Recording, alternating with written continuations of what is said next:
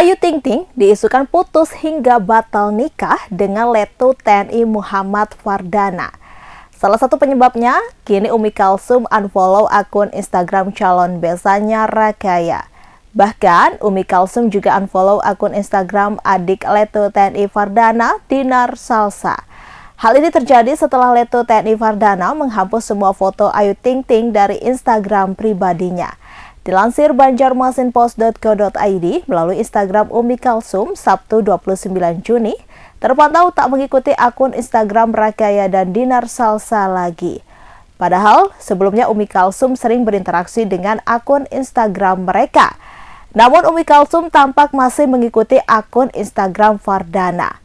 Di satu sisi, Rakaya terpantau masih mengikuti akun Instagram istri Abdul Razak tersebut.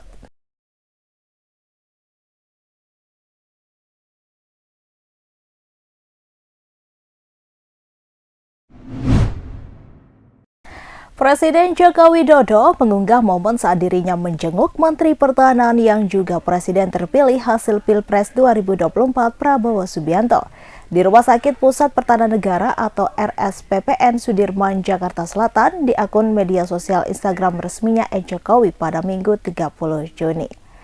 Dalam unggahan itu tampak Jokowi dan Prabowo berbincang di kamar pasien untuk Prabowo. Menurut Jokowi, tim dokter telah melakukan tindakan medis untuk pemulihan cedera yang dialami oleh Prabowo Subianto. Sebelumnya, Prabowo mengungkapkan dirinya menjalani operasi besar di RSPPN Panglima Besar Sudirman, Jakarta Selatan pada minggu lalu. Operasi itu dilakukan karena ia pernah 2 kali kecelakaan ketika melaksanakan aksi terjun payung saat masih aktif sebagai prajurit TNI dulu. Kecelakaan itu membuat kaki kirinya cedera sehingga membuat rasa sakitnya terus dirasakan hingga saat ini. Usai menjalani operasi, Prabowo menyatakan dirinya siap mengikuti dan siap beraktivitas kembali usai melakukan operasi terhadap cedera kaki kirinya itu. Prabowo menyebut dirinya paham dan sadar bahwa operasi cedera kaki ini beresiko karena mengancam nyawanya. Namun demi bangsa dan negara, Prabowo meyakini tim dokter pasti berhasil melakukan tindakan operasi.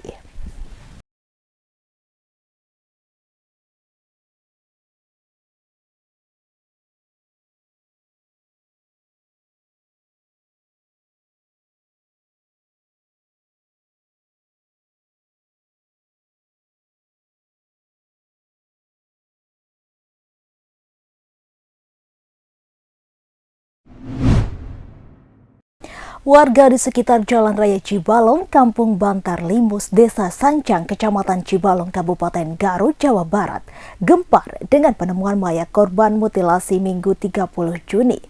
Potongan mayat itu disimpan di sebuah karung oleh pelaku. Lalu karung tersebut dicurigai oleh warga dan akhirnya diketahui berisi potongan tubuh manusia berjenis kelamin laki-laki. Menurut saksi mata, warga sempat melihat seorang pria menenteng karung yang diduga berisi bagian tubuh korban. Seperti diberitakan sebelumnya, polisi segera melakukan penyelidikan usai menerima laporan warga. Kasat Reskrim Polres Garut AKP Ari Rinaldo membenarkan adanya kasus pembunuhan dengan mutilasi tersebut. Dari informasi sementara, korban maupun pelaku kasus tersebut diduga orang dengan gangguan kejiwaan atau ODGJ. Warga yang mengetahui kejadian tersebut hanya berani melihat dari kejauhan. Meski menduga ODGJ, Ari mengaku belum bisa memastikan sebelum ada pemeriksaan lebih lanjut terhadap pelaku. Ari melanjutkan, pelaku telah diamankan oleh aparat kepolisian.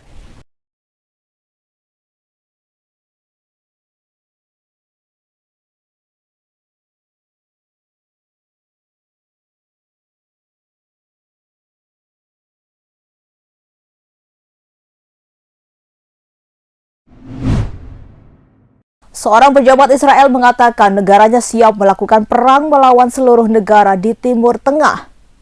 Ia bahkan mengancam bakal menggunakan senjata kiamat jika perang besar itu terjadi.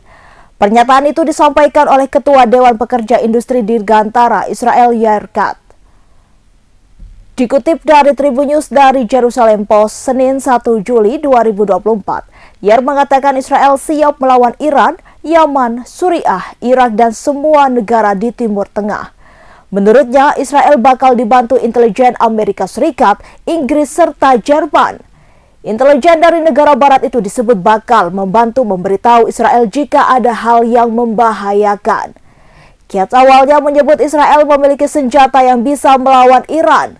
Senjata pamungkas itu disebut sebagai senjata kiamat. Kiat mengancam bakal memakai senjata kiamat itu untuk melakukan perang di Timur Tengah.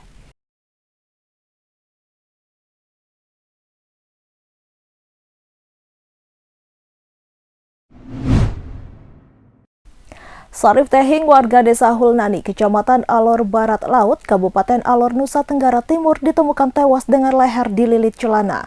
Pria itu ditemukan tewas pada Sabtu 29 Juni di Pantai Beang, Desa Aramaba, Kecamatan Pantai Tengah, Kabupaten Alor. Dikutip dari Kompas.com, Kepala Bidang Hubungan Masyarakat Kepolisian Daerah NTT, Komisaris Besar Polisi Aris Shandi, Senin 1 Juli 2024 menyebut, Sarif ditemukan tewas pada bagian lehernya terdapat celana yang dililit 2 ikatan dan pada bagian belakang celana terdapat ikat pinggang dalam posisi terikat. Selain itu, ditemukan dalam posisi tergeletak menggunakan baju kaos warna putih, celana pendek warna merah, kaos kaki putih setinggi betis pada kedua kaki dan sandal jepit. Arya Sandi mengatakan pada bagian wajah Sarif juga sudah membengkak dan keluar darah.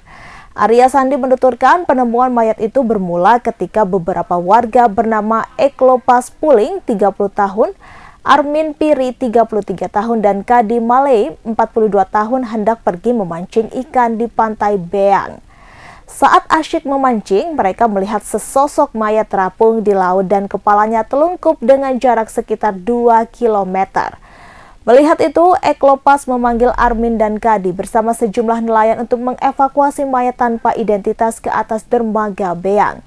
Selanjutnya langsung dibawa ke Kepala Dusun Beang, Ibrahim Laukalang.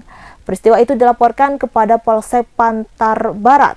Sekitar pukul 18.30, polisi bersama tim medis dari Puskesmas Maliang langsung menuju ke lokasi kejadian untuk olah tempat kejadian perkara dan pemeriksaan medis.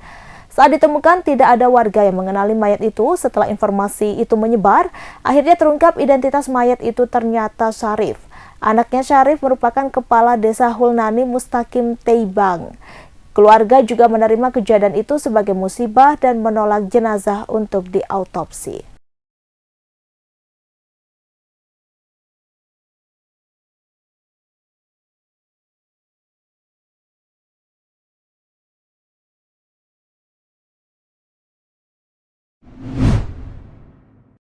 Dikutip dari Tribun Video pada Senin 1 Juli 2024, para pejabat pertahanan dan intelijen Amerika Serikat khawatir Rusia terseret dalam perang Israel dan militer Libanon Hizbullah. Hubungan Israel dan Libanon yang semakin memanas memicu sekutu Iran memperkuat kerjasama militer Teheran dengan Moskow. Kekhawatiran ini muncul sebagai efek dari serangan darat Israel terhadap Hizbullah. Intelijen Amerika Serikat menyebut Rusia sedang mempertimbangkan untuk meningkatkan dukungan terhadap yang disebut poros perlawanan Iran. Di Yaman, Presiden Rusia Vladimir Putin telah mempertimbangkan untuk memberikan rudal jelajah balistik anti kapal ke militan Houthi. Pada bulan November, Wall Street Journal melaporkan rencana bantuan kelompok Wagner, sebuah paramiliter Rusia. Kelompok itu disebut berencana memberikan sistem pertahanan udara Rusia kepada Hizbullah. Untuk itu, jika Israel menyerang Libanon, kemungkinan hal itu akan mendorong militer Iran dan Rusia membantu Hizbullah.